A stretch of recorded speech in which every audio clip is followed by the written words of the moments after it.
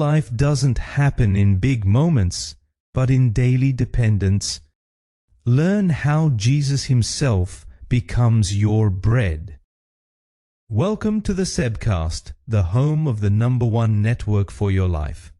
This is where we think more slowly, look more deeply, and discover that Jesus didn't just work back then, but is working now. Bread is strange, not because it's complex, but precisely because it's so simple that you easily overlook it. It's there every day, on the table, in your hand. You don't even think about it until you start to realize in the Bible, bread is never just bread. Think of Exodus 12. The people must eat in haste.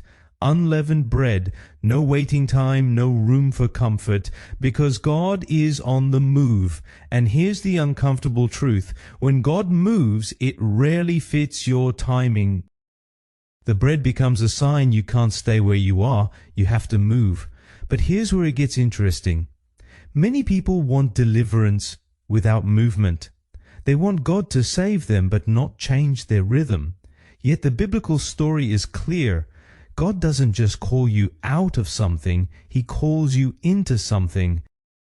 And then comes the wilderness. Exodus 16.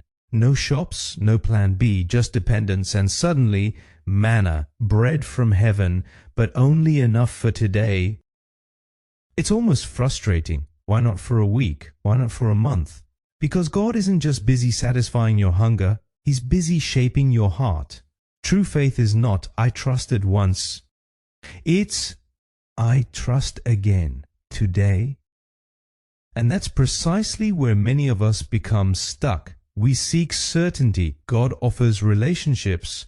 We desire stockpiles. God provides enough each day. And then Jesus says something in John 6 that turns everything upside down.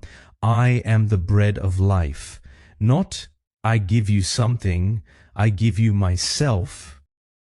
It's a shift from religion to relationship, from knowledge to dependence. You can't just learn about Jesus and think that's enough. You have to live from Him. And then, the table.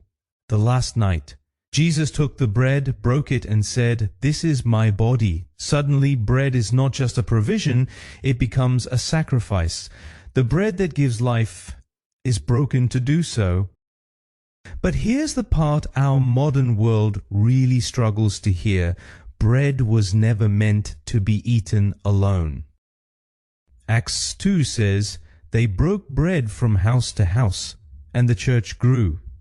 Not through better strategies, but through better tables. Here's the question that brings it all home. What if your greatest spiritual growth doesn't happen in a sermon, but at a table? Because here at SA Congregation, we say, we are the #1 network for your life, where you live, work, and play. And maybe that doesn't just mean another program, but an invitation, a table, a conversation, a meal. This week, don't wait for a spiritual moment. Create one. Invite someone over. Break bread. Put your phone away. Ask one honest question. How are you really? And listen. Because maybe the most spiritual thing you can do this week is to eat together. Because bread has always been more than bread. It's an invitation. And perhaps it's yours. Until tomorrow, take care.